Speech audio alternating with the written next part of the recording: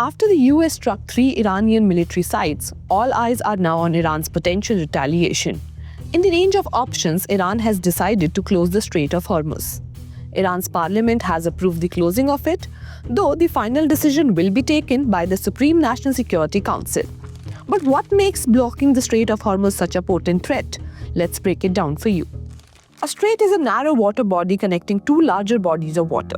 The two water bodies the Strait of Hormuz connects are the Persian Gulf and the Gulf of Oman, which further flows out into the Arabian Sea. The strait is in the territorial waters of Iran and Oman.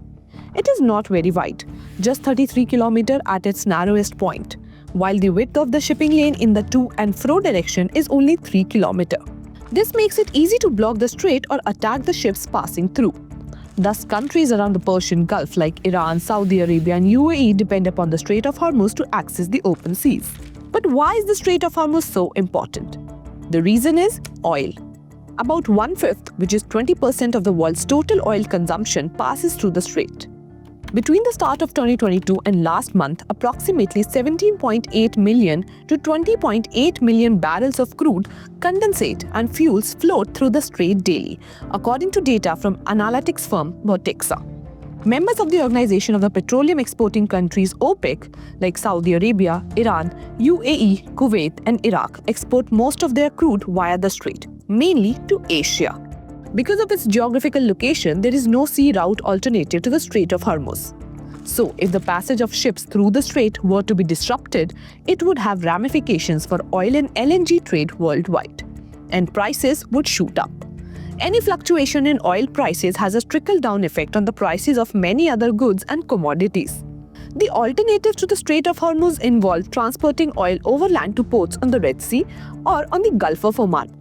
Also, if a danger is perceived in the Strait of Hormuz region, insurances and security measures will go up, making shipping more expensive for all parties involved.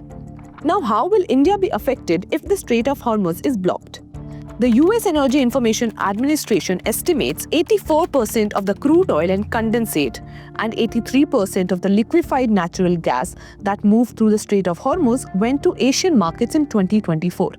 China, India, Japan and South Korea were the top destinations for crude oil moving through the Strait of Hormuz, accounting for a combined 69% of all Hormuz crude oil and condensate flows in 2024.